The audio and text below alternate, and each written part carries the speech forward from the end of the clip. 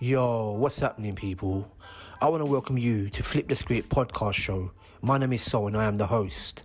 So, on this show, you'll get the opportunity to listen to some inspiring people talking about real, honest, heartfelt, no holds barred transformation stories. We get to hear from ex-drug users, reformed criminals, all sharing their personal stories and how they manage not only to turn their lives around, but now are helping others to do the same. We also get to hear from courageous men and women sharing their experience of surviving high-level trauma and what they are doing or done to start that much-needed healing process. I used to paint graffiti. It's the first thing I got arrested for. I loved it. I wasn't maintaining methadone scripts or anything like that. When people like spitting at you, being horrible, all this, just being nasty, really. I believe that I was just spiritually dying. Do you know what I mean? That I was dying a death. Yo, what's happening, people? I want to welcome you to Flip the Script podcast show. My name is Sol and I am the host. Today, I have got my good friend James, who lives in Southampton.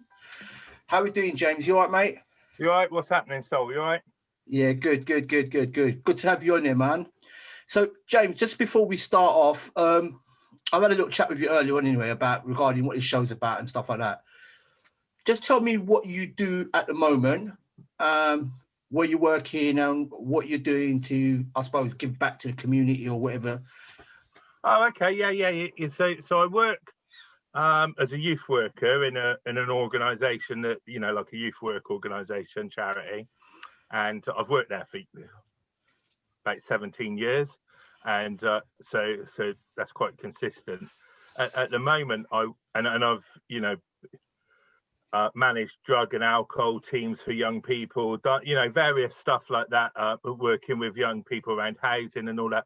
But at the moment, I work with a group of young people who we employ, who are campaigning for social change, mainly around housing, employment, and being listened to. Do you know what I mean? But like in the summer, a lot of the Black Lives Matter stuff come up.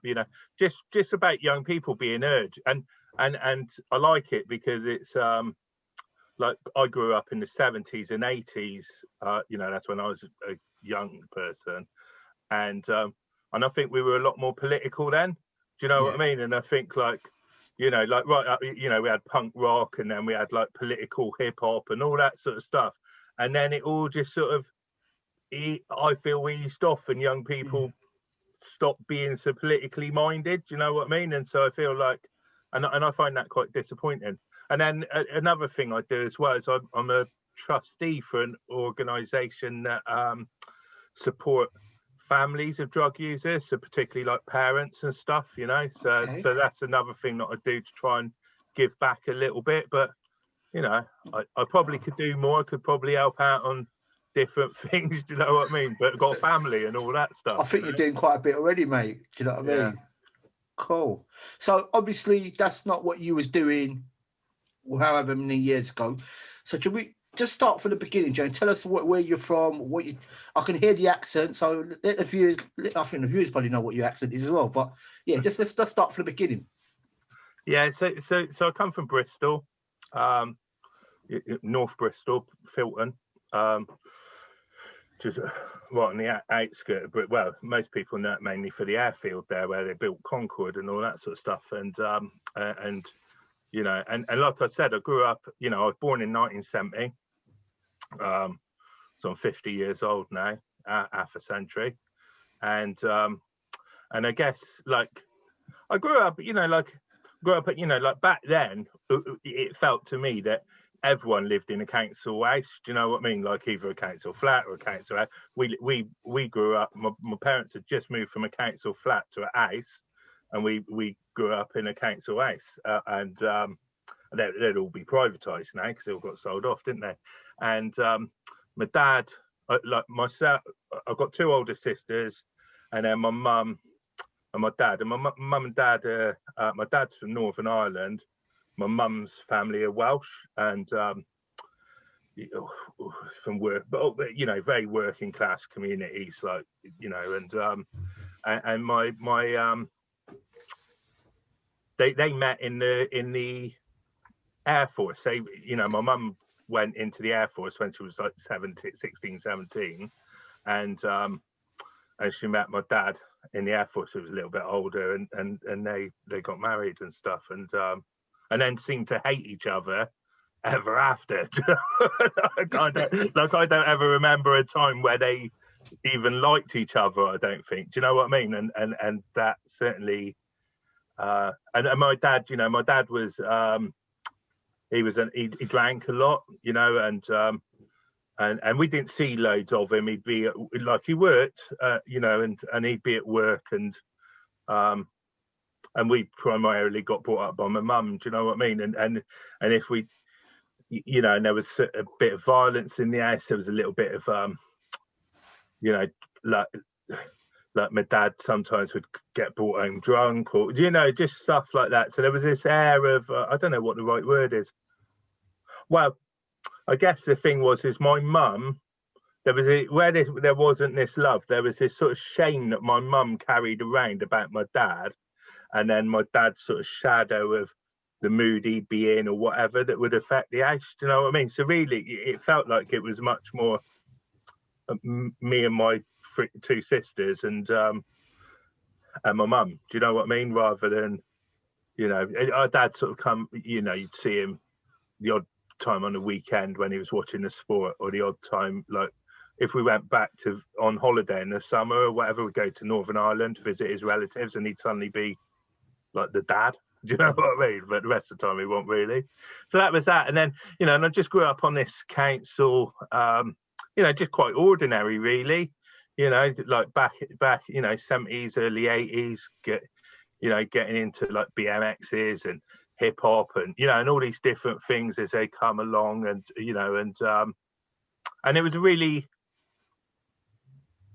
it was a really different world then, I think. Do you know what I mean? Like when you talk to people, and we weren't the anywhere near the diverse sort of communities that we've become, and so I was going to ask you that as well. I was going to say to you, what was it like? What was it predominantly white? Was it a mix? Yeah. So where I grew up was very, very white, working class, and in fact, like when I think back, because like one of the things I was really into as a youngster was graffiti art, like through the hip hop, and I used to paint graffiti. It's the first thing I got arrested for. I loved it. It gave me a sense of identity that was more than just like I didn't feel good about who I was and all that, and that helped me feel all right about who I was, and but before like sort of hip hop, like on my estate, I remember walking to school, and so I don't think I'd ever met any person of color at all really until I went to like high school. And on the walk to school, there'd be NF like painted on the walls. There was swastikas. There was, that's what I mean. It was a very different place. It was ignorant and narrow-minded, and you didn't, and then I went to school, and I made some good friends from different areas, and because my school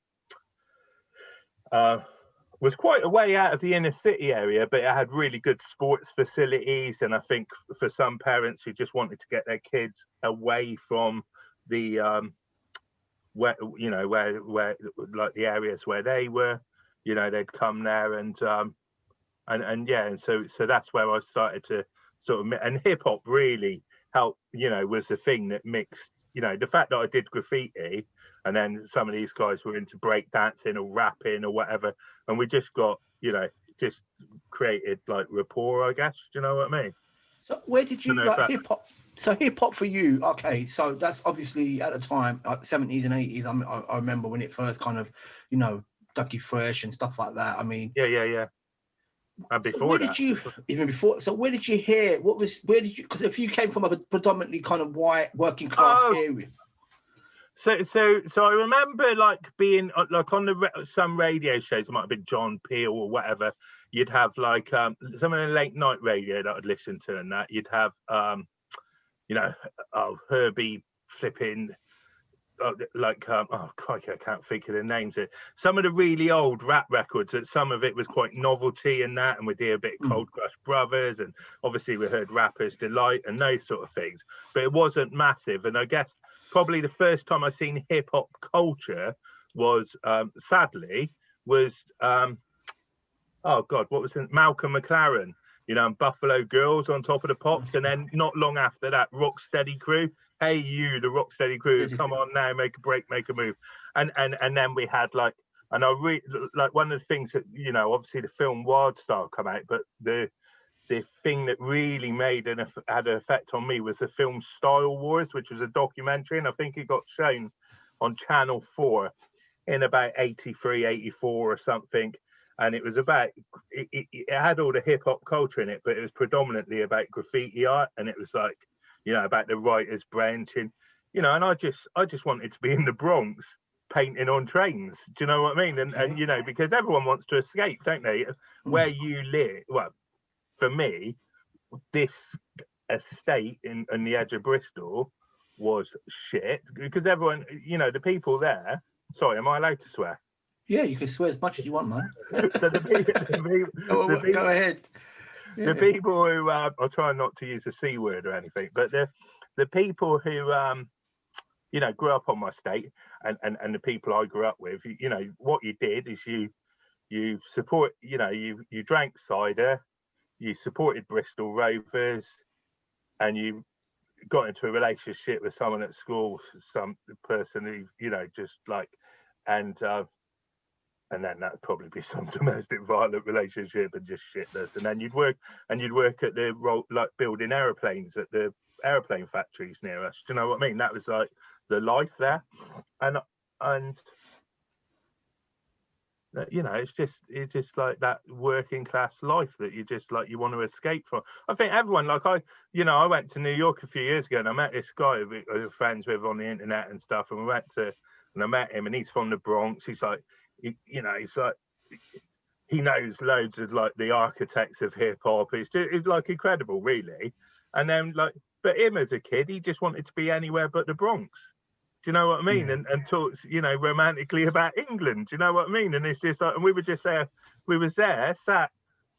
Was in Harlem at this like park jam thing, and we was talking, and it's just this realization that I wanted to be there, and this guy who lived there, just he wanted to be anywhere other than there. Do you know what I mean? And it's just because it seemed romantic to me.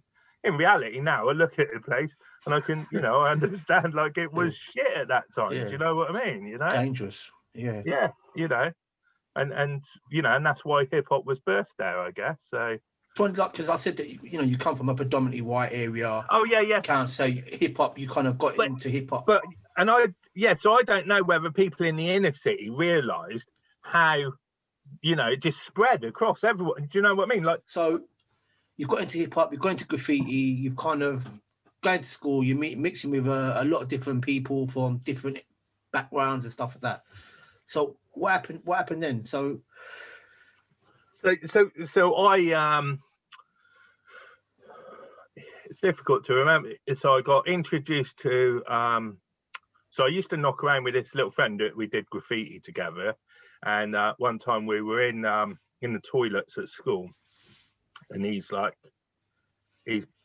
you know, this is the first time I remember doing it, but it may have happened before this or whatever. But I just remember being in this toilet and him like doing Tipex thinners on his sleeve and stuff, and me going, "Oh, what's that?" and just giving it a go. Do you know what I mean? And what we used to do is we used to knock off school, like, you know, go truant from school and go into town. So we'd use our dinner money to pay for the bus to get into town, and then what we do is we go stealing spray paint, art materials, all the stuff that we wanted, as like, because we were into this thing, graffiti and art and all this sort of stuff. And there's, you know, like art supplies even back then were expensive, and they still are. Do you know what I mean? And like, you know, and we'd go to the art shops and WH Smith and steal stuff, but we'd also steal tons of Tipex thinners, and we'd sniff Tipex thinners on the bus, on the, you know, everywhere we went, we'd be putting this Tipex thinners on our sleeves, sniffing it,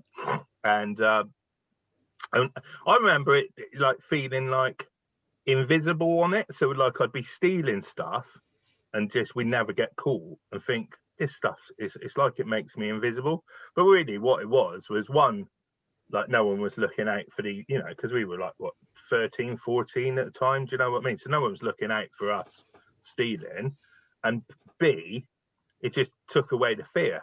Do you know what I mean? It gave us the courage to do that. Do you know what I mean? So got into that, and then a friend introduced me to, like, his dad was a rascal guy. He was nicking his dad's weed. He'd be bringing it in. We'd be smoking this weed. Yeah, so this was way back in days of like weed, and like the weed was like just mainly seeds and stalks. Do you know what I mean? And like you know, and then we'd have like hash and all that sort of stuff. And I just got slowly into more, or not even slowly, quite quickly into that. You know, it felt grown up to me to do certain drugs and stuff, and to more that I because of my dad and alcohol.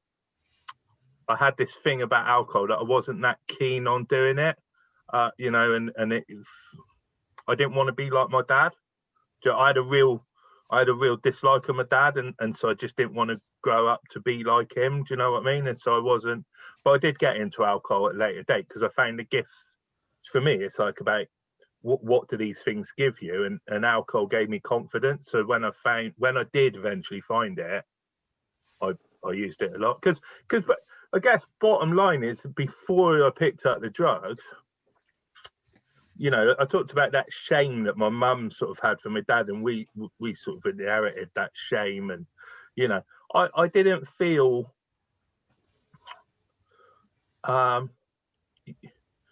you know, when I talk about getting into graffiti and stuff, like that gave me, you know, suddenly I become sort of popular because people wanted me to, you know, draw designs on their back of their jackets or on their books or all that sort of stuff. And but before that, I felt like, and I probably didn't get bullied any more than any normal person or any other person, but I just felt like, you know, I had a lot of internal things that I felt about myself. I felt I was like gormless and a bit. I just didn't have a good self-image of myself. Do you know what I mean? And when I compared myself to my peers, I felt that I wasn't good enough. You know, whether that and you know, three main areas really. Like growing up in where I grew up, you know, if you were good at football, fighting, or I call it the three Fs, or doing stuff with, you know, between the sheets, like, you know, that was what made you a man or made you okay. Do you know what I mean? And, you know, I wasn't really good at football. I was a bit of a coward when it comes to fighting. I wasn't like keen on that. Do you know what I mean? And I didn't really have the confidence to, at that time I was into girls, but I didn't have the confidence to talk to them, you know, and so I just didn't feel very good at life. Do you know what I mean? You know, because that was all life was about to me, I guess, at that time, or all I wanted my life to be about. You know, and I think that's another reason why when hip hop come along, and graffiti particularly, because I love drawing, I loved escaping in art, in drawing pictures. I think that's why I embraced it so much, because it was that, and you know, it was something different to those things that I didn't feel that good at. Do you know what I mean? And you know, and then drugs, I guess, gave me a different. I felt like they sort of expanded my world. You know, I went from being, you know, just on my estate. You know, I got expelled from school, went to another school. You know, it was all quite challenging looking back, but like I felt like drugs gave me access to different people. Do you know what I mean? Whether that was like, you know, going to the inner city areas like St Paul's and Easton and places and mixing with certain people there, or whether it was mixing with middle class people in Redland and Clifton and all that sort of stuff, but they were different to the people I was growing up with, and I like that. Do you know what I mean? Well, your world got bigger. Yeah. So, and then, you know, like and it, you know, and it's sort of you know, and you know, like when you're young, you just get into different things, don't you? And you like, one minute you like this, next thing you like that.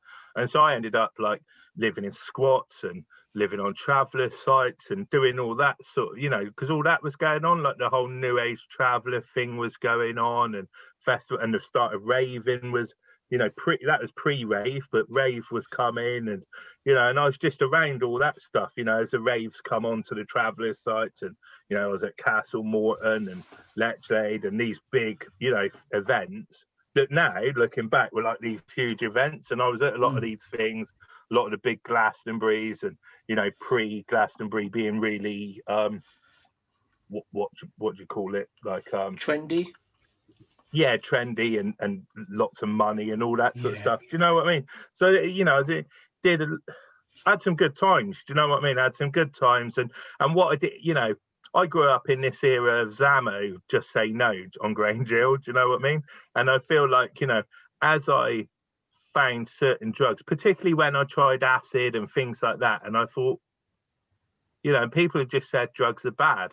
And I was like, fucking hell, these drugs are all right. Do you know what I mean? Because I had some good times. Do you know what I mean? And I think there was this point where I just thought, I've been lied to, and you know, drugs are all right, and this is a way forward. Do you know what I mean? And yeah, and there's a, you know, I didn't really necessarily know what I was getting into. I just thought I was having a lot of fun, really. Do you know what I mean? You know, but there was something wrong there as well, because, you know, like, it wasn't like at no point was it really massively glamorous. It wasn't like I was in a club in Soho, you know, with beautiful women around and someone offering me a line of coke. It was like, you know, it was never like that. Do you know what I mean? And soon as I had the opportunity to try things like heroin, or you know, even though it wasn't glamorous, even though it wasn't you know, there was nothing that I can remember that was massively appealing about it, apart from the fact it was taboo, I guess. Do you know what I mean? And so in that respect, you know, would you say there's a little bit of rebellion about a little bit of like anarchy, a bit your own kind of rebellion against the system, against, you know, this is the right way of doing things, taking drugs is the wrong way of doing it. It's like, it's a bit of you, I suppose. Yeah, well, I don't know, to be honest, Sol, because I don't think I ever really learned the right way to do stuff. Do you know what I mean? Because I just didn't engage. Like, my dad wasn't really teaching me nothing. You know, like the first time when I got arrested for graffiti, like we was young, that's a story in itself. But like, because we was little, we had to have our parents come to the police station. And my dad come. Like, I never see him, but like, he's come to the police station, and he'd always do. Like, I never see him, and then he'd come and visit me in prison years later. You know, whatever. He was like weird like that, and I remember coming out of the police station, Filton police station, and he's like, he clipped me round the back of the head, and he's gone, if you're going to do these things, don't get caught. Right, so that was the message from my dad. Do you know what I mean? It was just so like, you had a mixed message there already, didn't you? Yeah, so I didn't necessarily feel like I'd been equipped to be an adult. So I don't know that it was necessarily, there was some rebellion, because like, I was like on traveller sites, and I was, you know, like, I had anarchist views, and I still have. Do you know what I mean? I don't think anyone's got the right to rule over another person, whether they're a religious leader, MP, or whoever, queen, whatever, you know. But I just thought I was having fun, really, and I think, you know, but at the same time, like I say, the heroin and stuff, I just, oh fuck. Yeah, I don't know. I don't know whether I felt by that point I'd been lied to. So the reason it's taboo is because it's good, or what. But I was just like, I'm gonna, you know, I want it. I want to try it. Do you know what I mean? I want to try it, and I was persistent in it. Do you know what I mean? So there was some, you know, whereas a lot of people who've been brought up differently or sensibly or I don't know, made up differently genetically or whatever, would go, heroin, I'm leaving that well alone. Especially when they've seen the sort of people that were like, do you know what I mean? Like the people that you were mixing with to get it, you go, no. Do you know what I mean? And it was like, but I wasn't. I was intrigued by it to some degree. But there was loads of parts of the world I'd ended up in that were absolutely, I was around violence, quite extreme violence at different times. I've had friends go to, prison for life and just various stuff where, and just seen violence at, pretty extreme stuff. And I'm not really that, it's not a, I always felt like a bit fraudulent being in that sort of situation and those places, because that isn't me. Do you know what I mean? I believe in, loving and being nice to people and not that stuff, only, So when did it start to become a real problem for you, the heroin? Well, I guess it's difficult to pinpoint in a way, because like I didn't have a lot going on for me, like as you can imagine, living on traveller sites and all that sort of stuff. It ain't like there's a big fall from grace. Do you know what I mean? It's not like you're living in a penthouse one day and then you're like, you're fucking hurtling down to a rock bottom. It's like it was pretty shit at the best. Do you know what I mean? Even when I was having a good time, I didn't, it was all like we were scraping together bits. We was like, dealing a bit, getting laid on a bit, whatever. Do you know what I mean? And so it was all a bit of a, like we were just scrabbling and hustling, I guess. That's what you call it nowadays, hustling to get by. So at any given moment, that could unravel. Do you know what I mean? I could end up like not at a certain site in town, at different places where it just become difficult to maintain what I was doing. And once I'd got a drug habit, that become even more of an issue, I guess. Do you know what I mean? Because I started, being sick or just not being able to get the drugs I wanted. And, and I think like I was probably about, so I probably picked up like heroin specifically around 17, 18. 17 it was, because it was really hard to get if you was like sort of younger and and I injected it the first time I did it. Do you know what I mean? So I guess that's probably maybe not normal for most people. Do you know what I mean? I injected speed one night with this mate, and the next night we did heroin, and so I'd got, and that was the people I were around was injecting it. So we injected it and stuff, and then but I think I was probably about 20 when I first went to a service and got like a methadone script or whatever. Do you know what I mean? And started thinking, but I had no real awareness of how big the problem was at that point. Do you know what I mean? And so, I had various attempts where I would, what would happen is I'd go, so after Castle Morton and things, which I was probably about 21, 22 by then. I remember going back to my parents' house because I was really in quite a bad way, got on a script, went to college, tried changing my life, done an access to social work course at college, started doing that. But I was just like going to raves and doing loads of like other, like, because I thought it was like, so I was on a methadone script. I'd keep that secret from the people I was mixing with, but they were all doing like going out doing pills and doing ketamine and all that sort of stuff. And so I got into that stuff as well. So I was doing that on top of this methadone script, smoking loads of weed, thinking I was being normal, but underneath I knew I had this methadone script that I had to deal with that wasn't going away. Do you know what I mean? And this, this drug habit, but trying to hide that from people, because it was all right, for the people I knew, it was all right to use drugs. It just, there were certain drugs that weren't all right to use, and I used them drugs that weren't all right to use. Do you know what I mean? And I had a habit to them, and the hierarchy. Yeah. So it's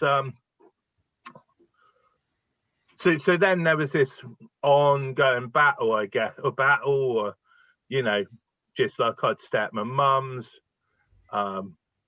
work, you know, get jobs, do work, you know, things would fall apart. I'd go disappear. I'd like end up, you know, and then, you know, towards my late 20s, I'd fucked it completely up with my parents.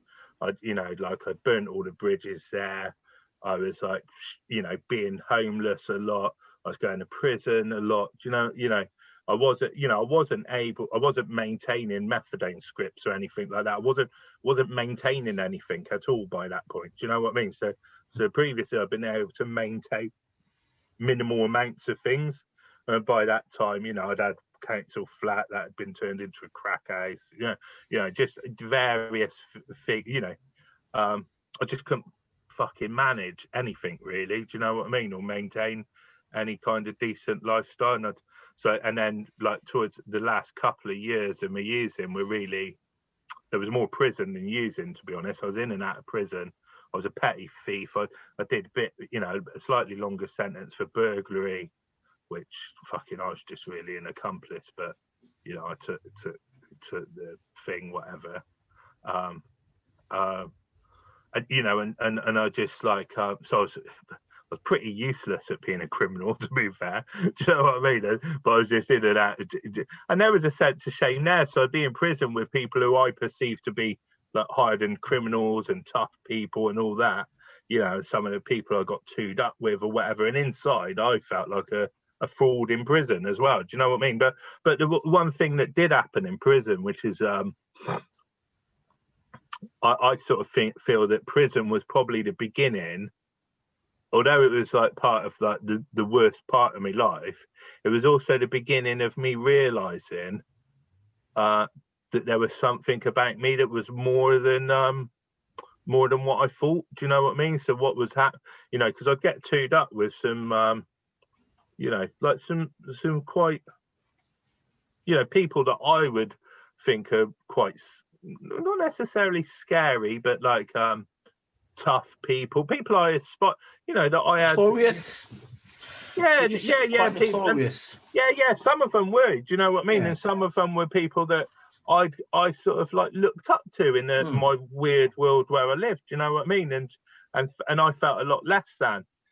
And I built really good relationships with some of those people. And you know, as much as you can in prison, you know, people seem to like me, and I had a good laugh and all that sort of stuff. And so I started getting this little sense of belief, only tiny, that actually you know, maybe I'm all right. Do you know what I mean? And it was the beginning of that, because I think up until, you know, I'd just been carrying around from childhood this real shame of that I wasn't good enough. Do you know what I mean? And just hiding that with drugs. Do you know what I mean? And terrified that people would, you know, the masks would slip away and people would see that. Do you know what I mean?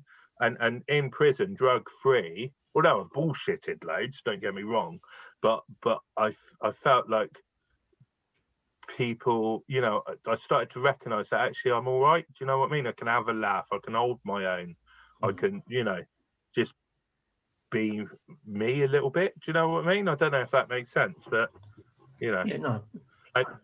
But then, you know, and then what happened is like I stopped going to prison because like I'd lost my bottle for crime completely. I ended up in London, Wood Green.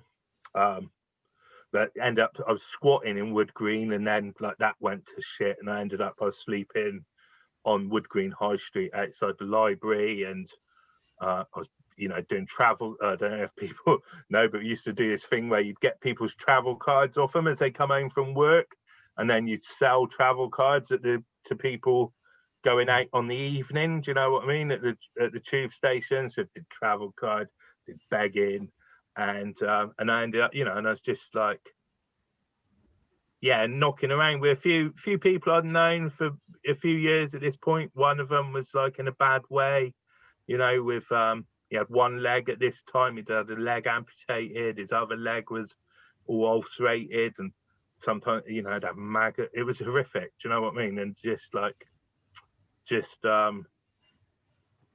but I hung around with him because he was good at begging, and I liked the guy. Do you know what I mean? And but it was just like, I don't know, like I always remember two big things I remember from that period of being in Wood Green. One was I can always remember being outside. I can remember loads of instances of begging and people like spitting at you, being horrible, all this, just being nasty, really. And me feeling like I deserved that as well. Do you know what I mean? And I can remember this time sitting outside a KFC, and this drunk guy, who'd obviously been on a night out, just come and just started firing into me, telling me that I was a worthless piece of shit and all this sort of stuff. And it was really, it was like someone had just stripped away. It was like that moment that I was terrified that someone was going to see through and see who I was. And it was like someone had just stripped all that away and was just telling me about myself. And I just felt so fucking exposed and so like, this is, yeah,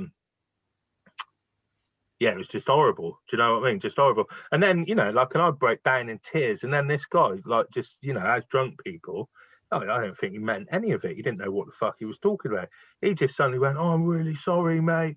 Got that. He gave me a tenner and all sorts. Do you know what I mean? But it was just like that experience, and it was just like really hard experience. And then there was this girl, Christian girl, Wood Green, who used to come and see me every day, and she was like, and she come one time, like, it's fucking terrible with these, like, so she was like some Pentecostal church or whatever, and one time she had these American, so they're all black American guys with her, and like they've gone, and she's come talking to me, and she's gone, hey brother James, do you mind if we pray for you and all this? And I'm like, yeah, because I was like just trying to get some money out of them or whatever, or zap anything from them really. And they're like praying over me, going, "Release this boy, release the demon heroin from this boy," like really loudly on the high street. It was horrific. But this girl, so she used to come and she used to bring me a bit of food and all this sort of stuff. And anyway, I'd phoned up this detox place in London to try and get into a detox. Wasn't even my idea. It was someone I was knocking around with. It was their gyro day. I was with them. They phoned up, and I thought I'd give that a go myself. And so I did it. And I was and you had to phone this place at a certain time every day. And I, and she was, because she'd come and I'd sort of talk bullshit to her and say, but I said I was trying to get into this housing thing, whatever. And I remember I've still got the watch somewhere, but she got me this little yellow plastic watch so I could make sure I phone at the same time every day.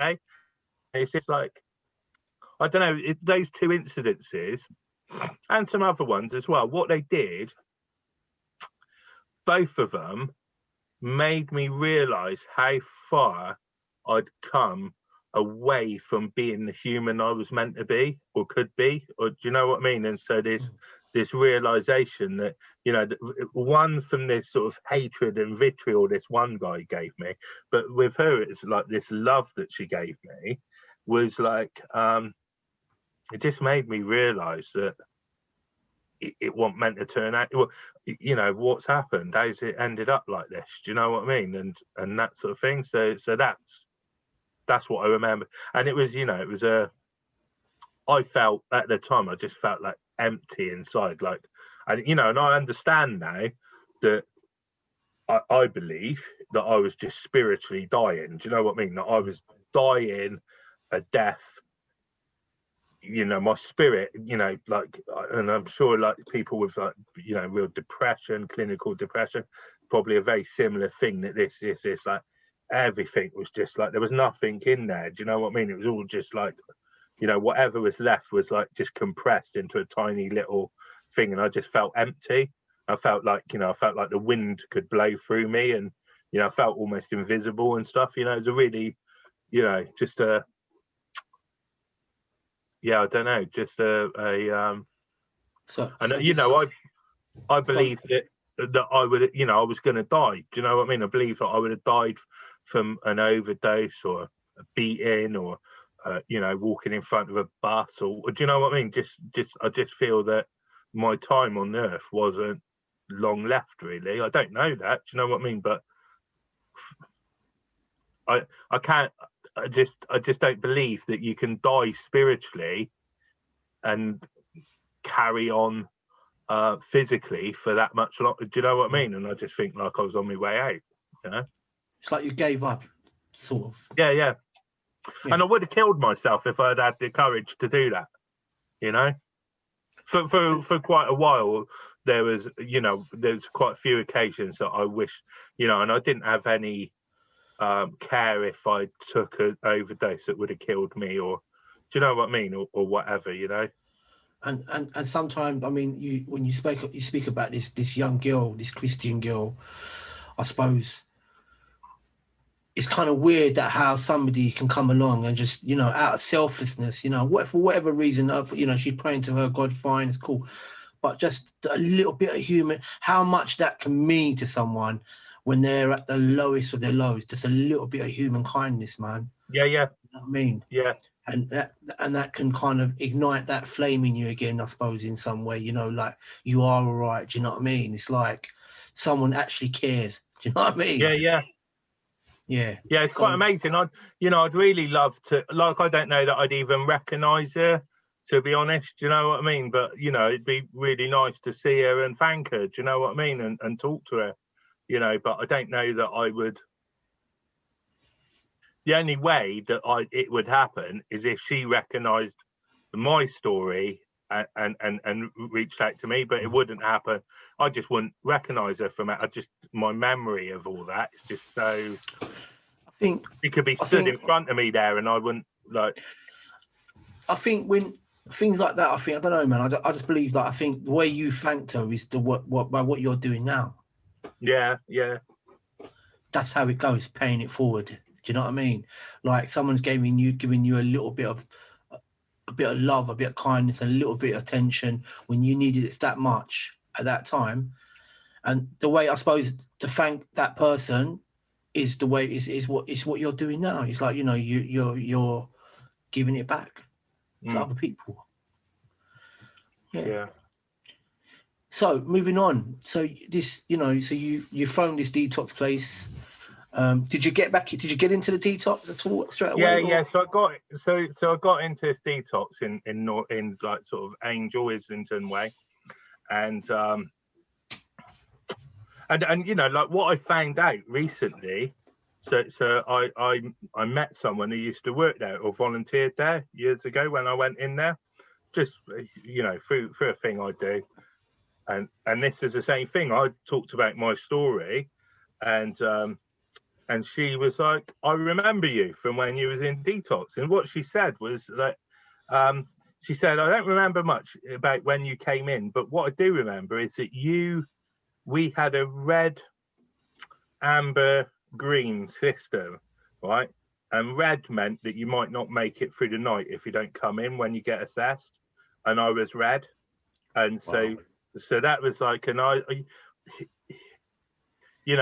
had like deep vein thrombosis. My leg was all swollen up. At the time I believed I was Hep C positive. I was riddled with body lice. I was just like, I was in a bad way. I was in a pretty bad way at the time. Do you know what I mean?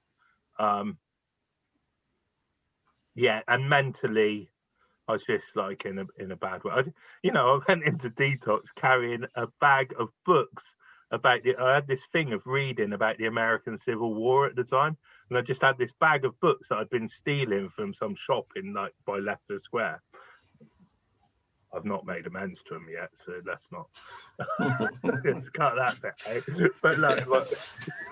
But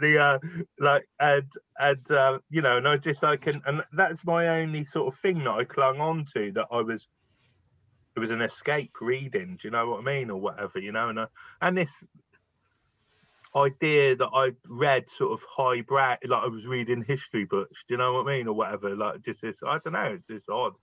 I'm not the person that walked into that detox isn't the person that's here now, do you know what I mean? It's really, really weird looking back on it, to be honest. It's a bit cringy at times in some respects as well, So was that the start of your journey into recovering from drugs and alcohol? Whoa.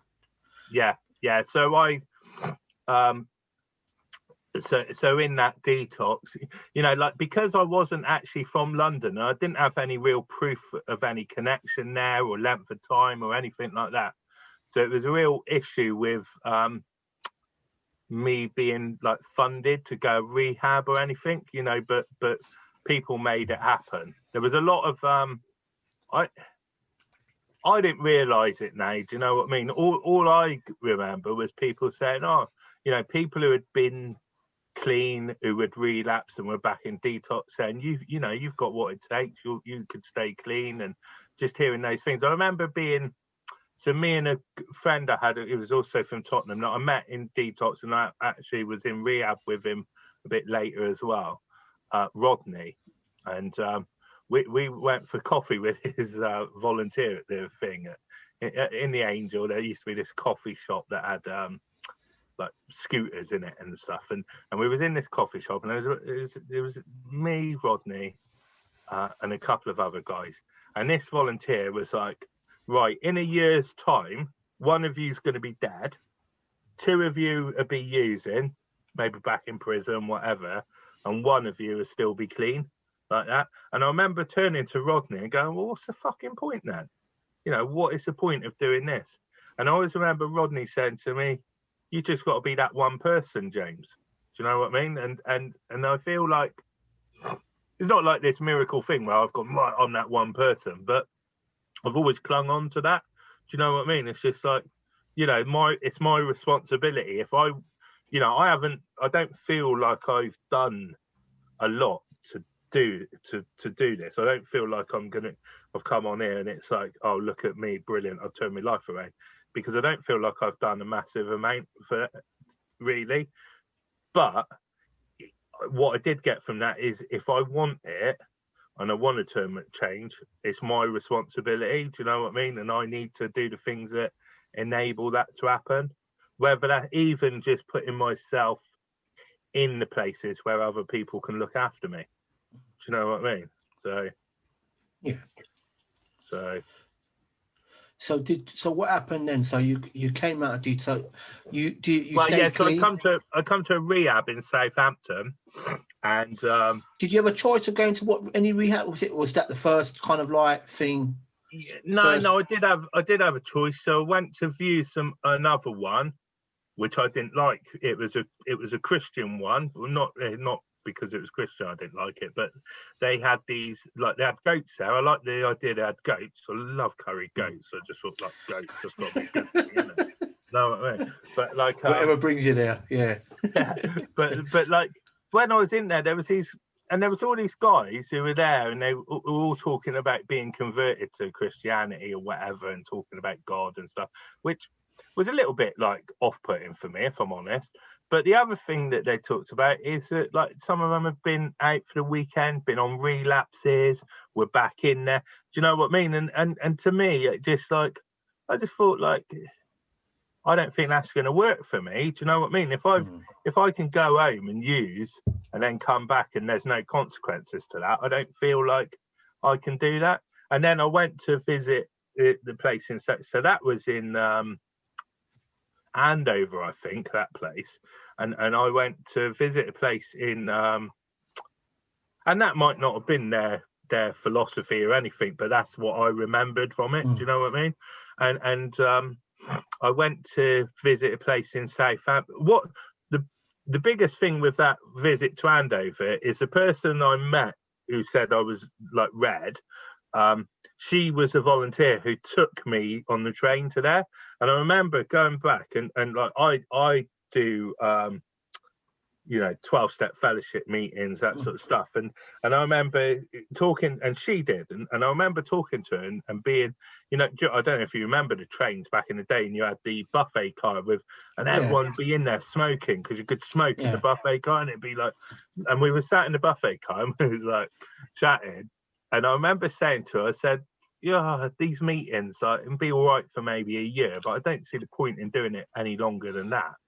And this woman, who was nothing to do with us, like just looked like a businesswoman smoking a fag in the thing, and she just leant over to me and she went, I'm 10 years clean and I still do meetings. And I was like, so that was a bit odd, do you know what I mean? Because it was like, fucking hell. So I just get these messages from different places, and then I come to Southampton, which was a 12-step treatment centre. And I think also I'd in prison and various places. So prison, I'd gone to meetings in prison, and NA had come into prison and this sort of stuff. And for me, it was the only thing that I saw tangible.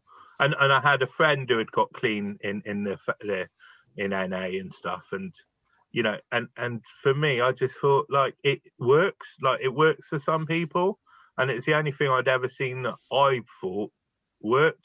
Do you know what I mean? And so I was, you know, when I come to this, and the place in Southampton just had a very different feel. People, you know, gave you a hug and, you know, and just like would welcome you, and it was just, and I felt like, you know, it's like a fish out of water, but I just felt that,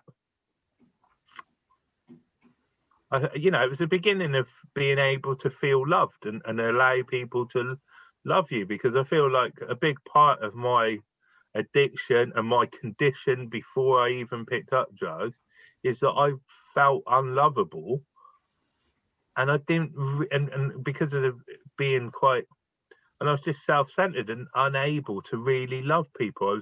I was so desperate to be loved and validate this person that I didn't really like inside me, and try and find evidence to be likable from other people. You know, I just didn't have the ability to do stuff for other people, you know, like really in a loving, do you know what I mean? I didn't have that stuff. And I think, like, going into treatment, and particularly this place, it was the beginning of that. I went in just before Christmas, literally a few days before Christmas in 2001. And the you know, like, it was, you know, I said at the time it was the best Christmas I could remember, and it probably was. Do you know what I mean? You know, it probably was, because me didn't have the issues that I had as a child. You know, I was somewhere safe. And I remember, like, these a few, you know, someone I'm still quite close to, and she was my landlady for a while. Do you know what I mean? And but a friend of mine, and she came in, you know, with some friends who were in recovery, and they all looked like glamorous women, and, you know, and they all gave us a pair of socks for Christmas, and just this, you know, and it's just like, you know, I hadn't had any of that for a long time. Do you know what I mean? Prisons had been either in homeless hostels or prison. Christmases had been in homeless hostels, prison, you know, just places of death.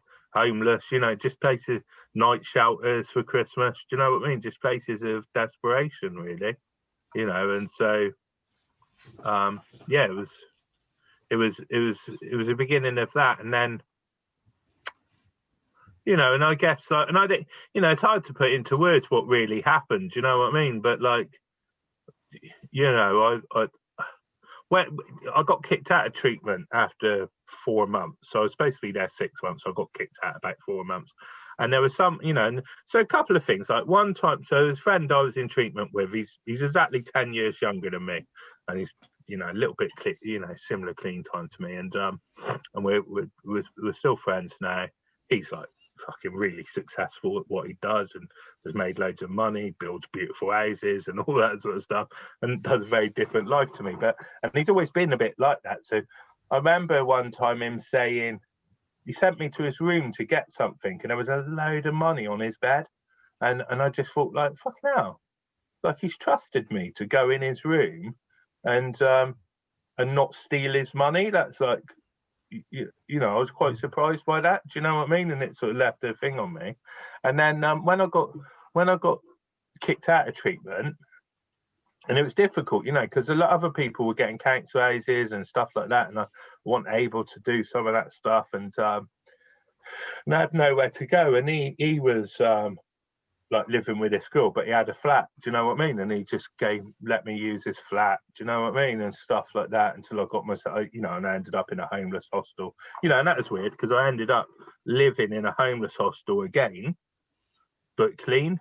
Do you know what I mean? And going up the ladder of housing in, you know, in Southampton, and trying to, you know, do that sort of stuff. What was different this time? I mean, apart from you being clean, what was it that made you I suppose, kept you clean in the hostel? Because you've been Well, in a few of them. yeah, because and the people around me, I just had a different mindset. I feel like, what's that noise? Is that your phone ringing? Yeah. So That's all right. I felt like I didn't want to go back to where I'd come from. I had people telling me, quite simple things to do to keep clean, and I'd started doing voluntary work and things like that as well. And I just had a different focus. I remember I was on probation for a part of that time, and I was going to the probation officer, and I was like his easiest case he'd ever had. Do you know what I mean? Because he was like, right, let's meet, and then he'd ask me what I'm doing. I was just doing all this, I guess sort of positive stuff, or trying to be more positive, just trying to be different. Do you know what I mean? And I know that, and it's difficult to know what really changed, because inside, when I look back now as the person I am now to those early days of recovery, it was excruciatingly painful. Do you know what I mean? It was like, I was really unsure of myself. I had really low self-esteem. I was really, I was desperate to get into a relationship. I was desperate to, just be, I had all the stuff that I had as a kid before I picked up drugs, really. But I guess I was at a place where I just didn't want to go back to the hell that I was coming from, and as difficult as it was at those times, and I say it was difficult, it didn't feel difficult at the time, because it wasn't what I'd been living before. Do you know what I mean? So now looking back, now I think, bloody hell, that was like hard work. But at the time, I was just relieved to be away from what I was doing. And if these things that people were suggesting was going to help me maintain not going back, that was good enough for me. Because I thought, I tried getting clean a few times, and I thought getting clean would be sitting in a bedsit on my own, playing FIFA 98, endlessly. Do you know what I mean? Wow. And so when I come here, and particularly being part of a fellowship, and going for coffees with people, starting voluntary work, really early on, I had this thing. So back then, a Virgin Record. When I come to Southampton, that was the other thing. When I come to Southampton, I thought it was a shithole, and then there was like 4 or 5 record shops, and I thought, I could live here. There's some record shops, right? And they've all closed down now, so it doesn't help. But I spent like 50 quid in Virgin Records at Christmas, and they were doing this thing where you spend a certain amount of money, and then they give you get a flight to a European country. You could claim this flight. So, and like you had choices. So it's like, and I just chose places where there were football clubs, because I didn't really know. So I was like Milan, Barcelona, and my third choice was Paris, because I'd heard of Paris. And then you put dates in. Anyway, I got this flight to Paris, and so I've gone to Paris. Just got paid. I went and stayed in this tourist hostel place in Paris. I was just like dead lonely over there, like just wandering around, and just like went to loads of fellowship meetings and stuff where they all spoke French, but they looked after me and were nice to me, and I wondered, but at the same time, as much as it was like, looking back on it, it was excruciating. I spent a lot of the time, much like I did at the end of my using, wandering around on my own in this big city. But I was amazed that I'd made it away from Wood Green High Street. Do you know what I mean? I remember phoning my mum and going, "Mum, I'm in Paris. I'm looking at the Eiffel Tower," and just like, I was skint. I didn't really afford, I met some all right people who did some all right things with me and stuff, and looked after me. It took me for dinner, a couple of nice places and stuff. But it was almost caught fire to the to the hostel I was staying in with my phone charger. Like, just, yeah, it was just it was an experience. But it was just like that beginning of actually already my world is, you know, because like I said at the beginning, like, you know, drugs expanded my world, but then it shrunk my world down to Wood Green High Street essentially, and already my world was starting to grow again. Do you know what I mean? And get bigger. And so I just like that offer of having something more was enough to keep me on that path, I think. Do you know what I mean? I don't know if that makes sense or not. But... yeah, no, totally. So you're in recovery, you're feeling a little bit lonely, not feeling a little bit, I mean, pretty lonely. What's changed? What happened? What, you know, because from what I believe, you are married now, you're, you know, with work, you're working and stuff like that. So I got like voluntary work and then started working at the place. And yeah, like it's the thing, you know, and I've had a couple of relationships and, you know, and just different stuff, you know, like that. And, you know, and I'm now married with, you know, and got kids. Also, it's worth saying, and I haven't mentioned it, but I've got a son who I had before I got clean. You know, it was, and I just had no contact with him. Do you know what I mean? Like, I was on a methylene script. I was working at a restaurant, met his mum. She got pregnant. She didn't really want anything to do with me. It became quite apparent that I was a junkie. You know, quite, you know, things unravelled a lot at that time. And then when he was 9, he started asking about me, and I was a year and a half into recovery at that point, and we met. Wow. And you know, and we've got a relationship now. You know, my boy recently was like, "Dad, I'm fed up of all this new music. What's a good hip hop from back in the day?" And I've been like buying him like loads of classic, like sort of Wu-Tang Clan and just Tribe Called Quest and Roots and just classic albums, and which is lovely. Do you know what I mean? And we have conversations about that stuff and what have you. You know, and he's got a lovely partner and what have you.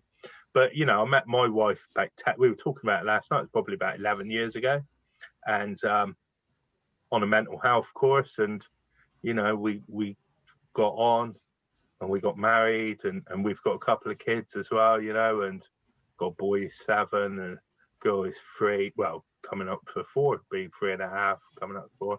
And, you know, but it's that thing of, just turning up. Do you know what I mean? Turning up, and that's the biggest thing. You know, like my life before, I was terrified of responsibility. I run away from everything. I was scared. I never felt like I was good enough. And I think like the difference in recovery is like, even though in early recovery I didn't necessarily feel like I was good enough, but I kept turning up. So I was afraid that I wasn't good enough, but I turned up and did it anyway. Do you know what I mean? Whether that was relationships, whether it was, you know, like work, whatever it was, you know, education, whatever. Do you know what I mean? Those things where I just keep turning up, and what I've learned, I guess, in recovery is that,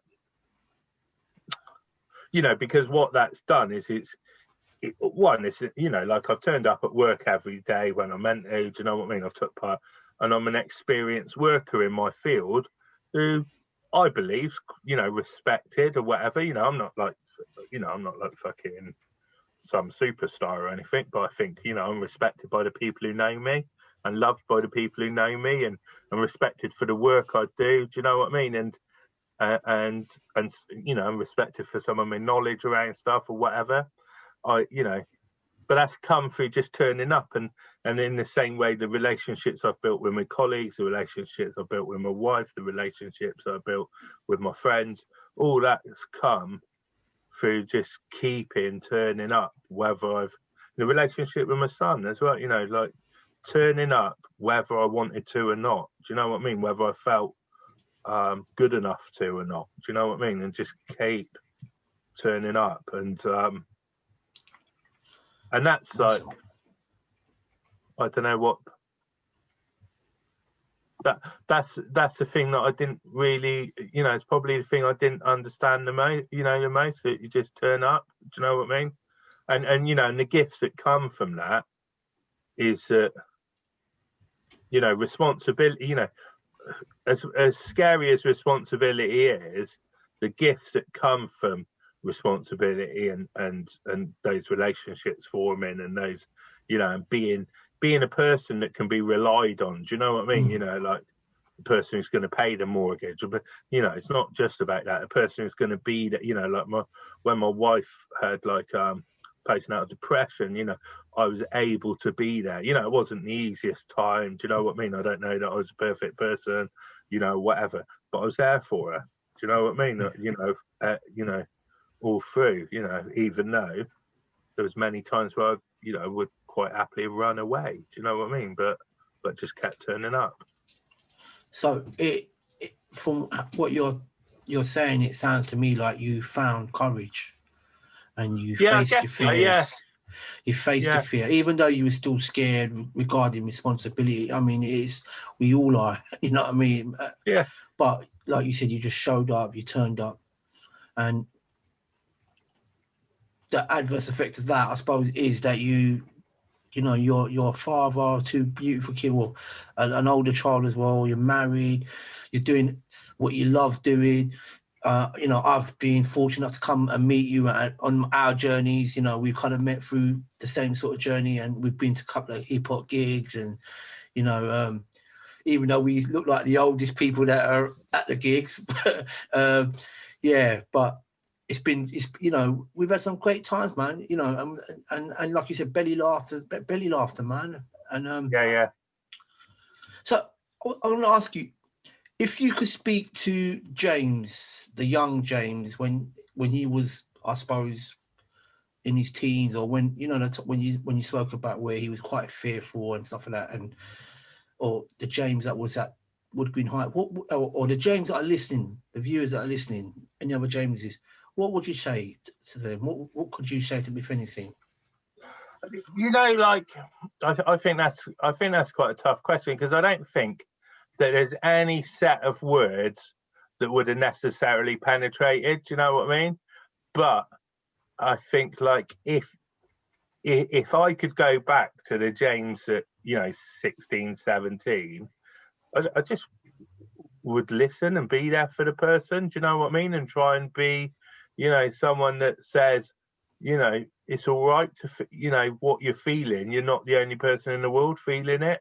Do you know what I mean? We all feel like that. Do you know what I mean? And, because that's been the biggest revelation, is that people are essentially the same. We all have the same fears. Whether you're a drug addict, whether you're like a superstar, whether you're like, whatever, we all have the same feelings of inadequacy, the same fears, the same wanting to be loved, all that sort of stuff, the same fears that we're not good enough.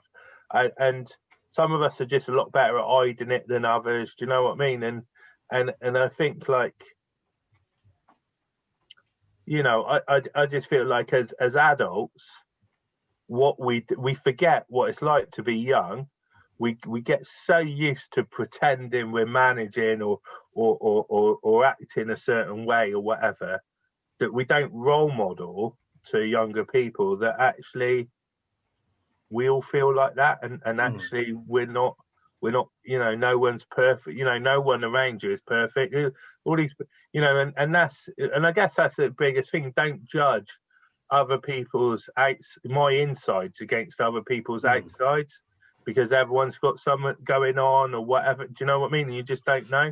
Look at some of the some of the famous people who've killed themselves or whatever. Do you know what I mean? That, like, people, and everyone's like, oh, that person was really popular, but however, they had stuff going on. Do you know what I mean? And I just feel like, I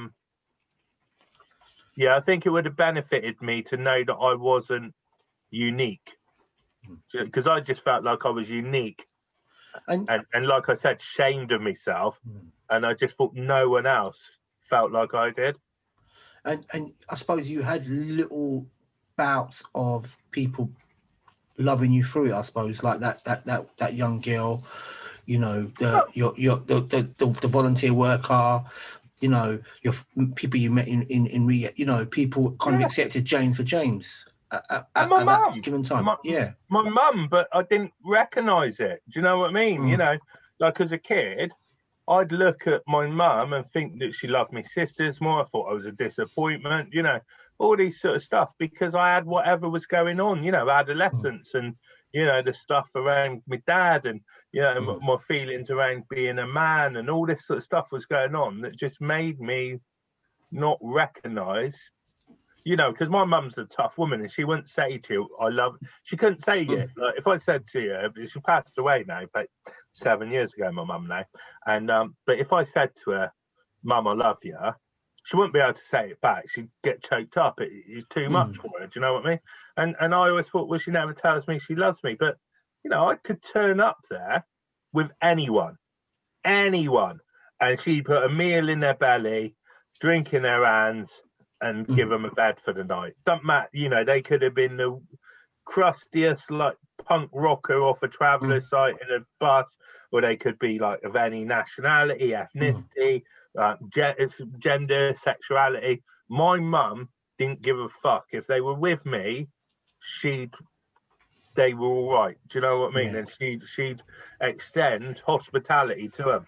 Well, if that's not fucking love, what is? Do you know what I mean? It's just the problem is I didn't have the ability to recognise that at the time. No.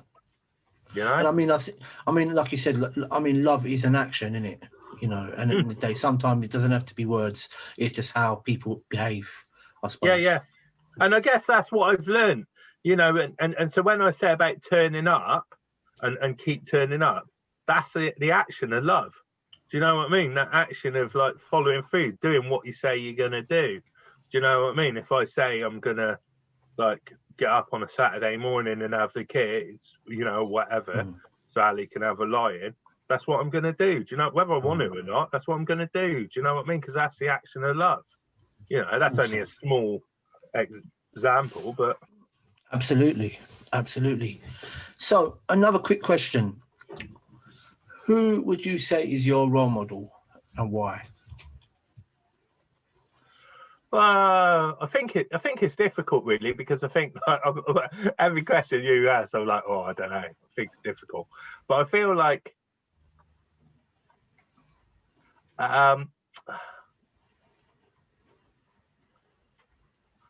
you know, like, there's so many people that I admire for different things, and I think, like, and I think it's difficult to say, you know, like, who, you know, as a kid, I looked up to my granddad a lot. I had a lot of love for my granddad, and I felt like he was a stand-up person, and the fact that he had, you know, values around sort of socialism and stuff like that, you know, like, you know, meant a lot to me and things like that, you know. But then, you know, over time, as I've learned about people who've, you know, Sata Shakur, you know, like, you know, Colin Kaepernick, you know, like people who've, you know, who are willing to sacrifice to, you know, to help others, to, you know, I was just watching, like, the One show, and there's this woman on there from Preston, Glenda. Yeah, doing doing the meals. Doing Caribbean meals for Windrush generation people over COVID. Yeah, and I was just like, I was welled up, I was teared up, like, just thinking, what a beautiful person. And since my role model, you know, my role models are just people who do good. Do you know what I mean? And stand up and you know, like, you know, when I look back as a kid, I felt like, oh, I've got it really hard. And then as I've, you know, I've seen so many different people's struggles and heard different people's stories and that. And some people have got it properly hard. Do you know what I mean? And they still get up and do amazing things. Do you know what I mean? And just, like, fucking, you know, like Phoenix from ashes, just carry on, you know, against, you know, like Sata Shakur, for, you know, she's fucking the most wanted woman in the world. Do you know what I mean? And has stood up to the strongest nation in the world. You know, if, you know, in my opinion, you know, like, stitched her up and just, like, you know, and maintain dignity throughout that. Do you know what I mean? I just feel like, yeah, I don't know, you know, like so many different people that, you know, that you look and you admire. yeah, just admire it, Yeah. and not always because, you know, and sometimes it's that thing of like, I don't know, just like, you know, there's football players, there's all sorts of people that I just think, you know, like Marcus Rashford recently, you know, but also just football, you know, like, you know, oh, what's his name who plays for Man Sterling? You know, but these players who just like achieve their goals, do you know what I mean, or whatever, and just to, you know, I don't I guess the answer to it is I don't really have any role model. It's just humans being good. Do you know what I mean? Yeah. And just, you know, just you know, like, just think like fair play to you. You know, like I get it. I mean, like for me, I think it's my idea of a role model has probably changed. Whereas before, it'd be like somebody you think that's done really, might be in the public eye, they might be doing lots of good stuff, and they're out there. Yeah, brilliant, awesome. I love that. But for me, I think it's like I look at people like my dad's one of them. You know, hard working man, every morning getting up at 6 o'clock. You know, going to work to the day he retired. You know, and having to deal with a lot of stuff when he came over here, you know what I mean? And still getting up and not having a bad word to say about anyone. Yeah.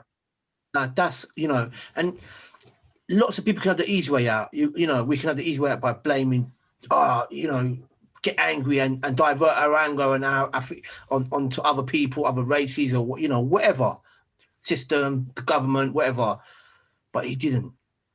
He just held it up, went to work, put food on the table, and very humble man, you know, and that's what for me, that would be my role model. As before, not saying there's loads of people in the public eye, definitely, like brilliant, awesome, you know, it's great what they're doing. Like Glenda today I was there, we was watching my partner, we were just like, wow, she had such a beautiful energy, she's doing all this stuff.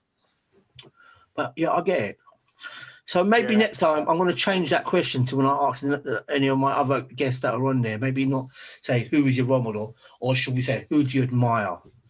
Yeah, because I think like, and it is just so many different people. Those people, you know, like people who, you know, I don't know, you know, because like you said, like about your dad, like there are hundreds and hundreds of like working class people, you know, and I like them both, you know, like I like the working class person who just gets on, does their thing, and like, you know, just provides for their family and just, you know, and just lives their life, do you know what I mean, without hurting anyone, and is just a good person. But I also like the working class person who, you know, who does turn around to the government and tells them to fuck off and stand up to them, and do you know what I mean, and do that stuff. But, you know, I got so much, you know, I just feel like anyone who's trying to do the right thing, do you know what I mean? I think you said it. Everyone that's just turning up and doing it, no matter what, whether they're whatever's going on, however scared they are, being courageous in whatever they're doing and just turning up. Yeah. Brilliant. Yeah, like I remember going at the hospital, you know, like at the hospital, they've got a youth work team up there, and I've had meetings with them about different stuff. And some of these, you know, they've got children in the hospital who've not left the hospital for over a year, you know, having treatment on different things. Do you know what I mean? Like, they would be my role model. Do you know what I mean? Like that, you know, like I can't even imagine the courage that they have. Do you know what I mean? And they're, you know, like, just amazing, you know, just there's so many people, do you know what I mean, that just getting on and trying their best, and, you know, people through this current pandemic, do you know what I mean, just like, you know, trying their best. Amazing. Listen, James, time to wrap it up for us. It's been absolutely amazing. I thank you so much, man. It's lovely. I love to hear your story, your transformation and what you're doing, and how much you're giving back. You've always got a good energy. Since I've known you, James, you've always been quite bubbly, quite open, and very, very welcoming. You know, and you know that's amazing, and I'm so glad you came on here and did this, man. And I just want to say thank you. Thank you for asking me. So I've really enjoyed it. It's been great. Yeah, it's been a pleasure. We hadn't talked enough about hip hop and music and stuff. Yeah, maybe we could do that again on a different podcast, but talk about going to the hip hop stuff and that. Yeah. But listen, so to everyone that's listening or watching, remember to subscribe, hit the like button, share it away on all your socials, and I think that'll be it for now. Thank you. Brilliant. James, brilliant. Everyone's got a story, but not everyone gets to share theirs. So remember, hit the subscribe button, press like, so we can continue to spread the message that change is possible even in the darkest of places.